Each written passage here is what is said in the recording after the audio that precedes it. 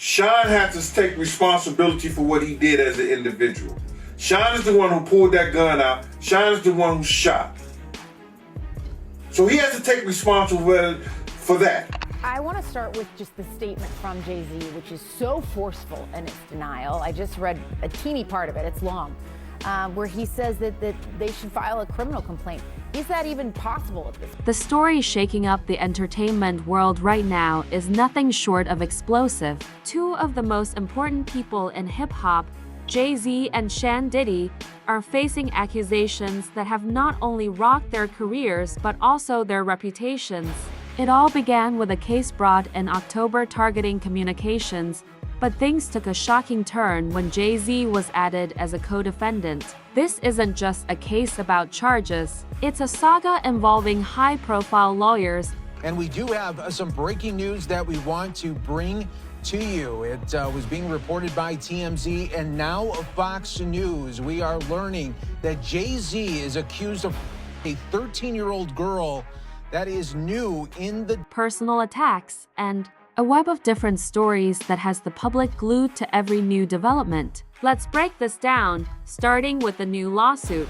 The accuser, known only as Jane Doe, says that in 2000, she was just a teenager and was transported to an after-party following the MTV Video Music Awards. There claims she met both Jay-Z and Combs in circumstances that have since led to these explosive charges.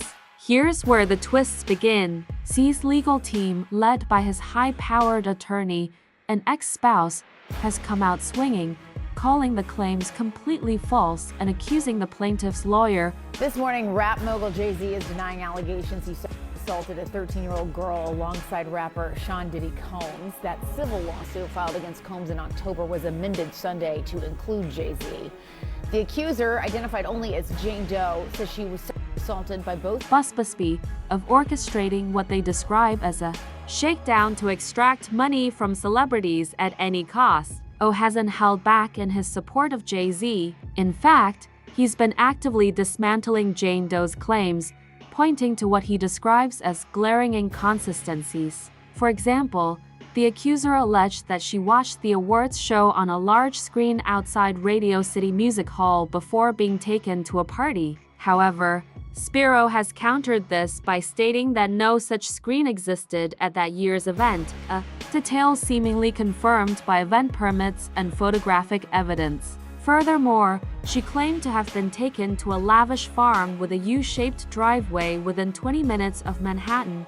But Sparrow has argued that such a property doesn't appear to exist in the described location. He's even gone as far as to highlight. In a blistering statement, Jay-Z accuses Jane Doe's attorney of trying to blackmail him. He said further, quote, "These allegations are so heinous in nature that I implore you to file a criminal complaint, not a civil one.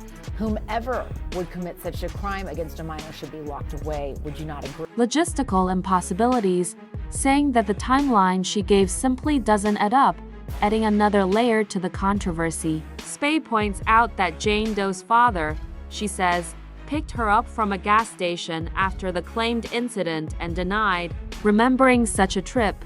He told detectives that he doesn't remember driving 5 hours to New York City and back that night. These facts, according to Jay-Z's law team, completely undermine the credibility of the claim. It isn't just the accusers. The suit itself has caused heated debate over the motivations of her attorney.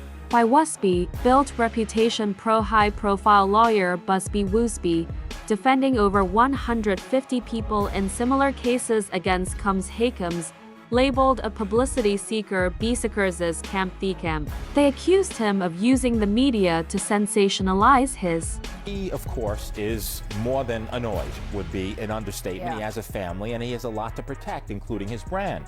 But to the extent that he's saying, hey, come after me criminally, that could be likely. Why do I say that? Because in New York, and what's alleged in this complaint is forcible compulsion. What that means in English is that it's saying that he held her down.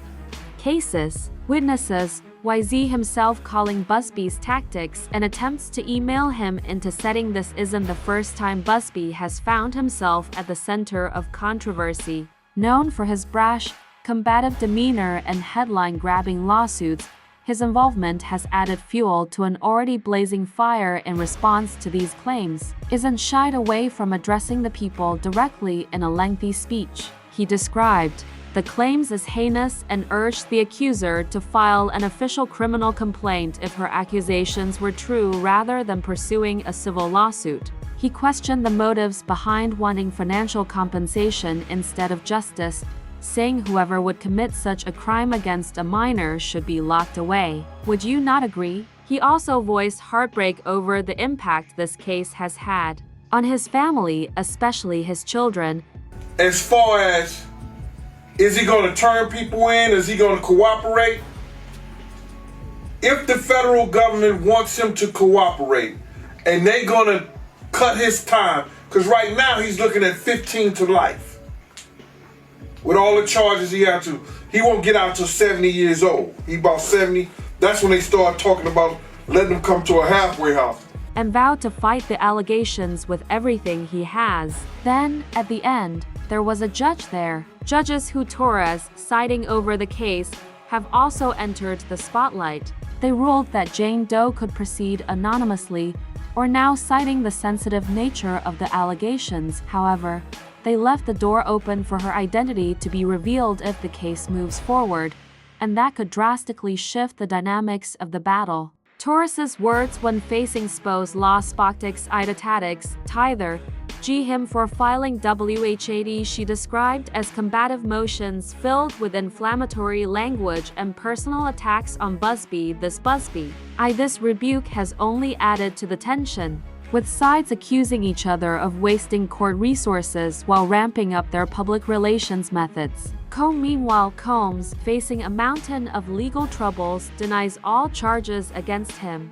Dismissed the lawsuits as shameless publications meant to tarnish his image and extort money from him. Now, with respect to evidentiary value, yes, it happened 24 years ago, right? More than 24 years ago. But in the allegations, there's a few things. Number one, that there's allegation that another celebrity was present at the time, right, in addition to other people. Number two, there's the claim by the victim, right, that she left, that she went and she was seen by a gas attendant who saw her in distress. CMS is currently behind bars on different charges, including charges of racketeering and trafficking. Let trafficking meet the force of the media storm alone, the two alone.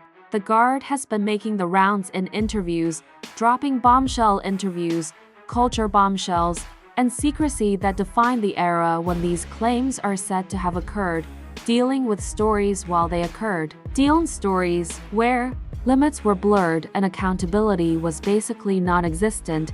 He's hinted that non-existent. He is a powerful person who could be implicated if people start looking deeper. The deal has also alleged deeper.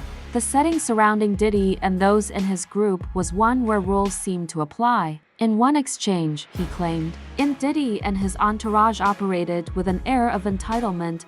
Like a short win. It's really much more of a loss for the legal team of Jay-Z and Diddy. Why would you say that? Because the judge was kind of harsh to Jay-Z and Diddy in her response? Yeah, this is sort of like, you know, if a child asks you for something and you're trying to like teach them a lesson, you say, no, not right now. You know, go be good for a little while, then come back and ask me. Often having extravagant parties in private homes that would leave staff horrified by the aftermath. Still specifically aftermath, an incident where a property manager supposedly found evidence of chaos after one such event, sparking rumors about what really went on behind closed doors. While these claims remain unproven, their perception that this was an age marked by unchecked power and indulgence. Jay-Z and indulgence. Jay-Z got to come to Diddy unharmed.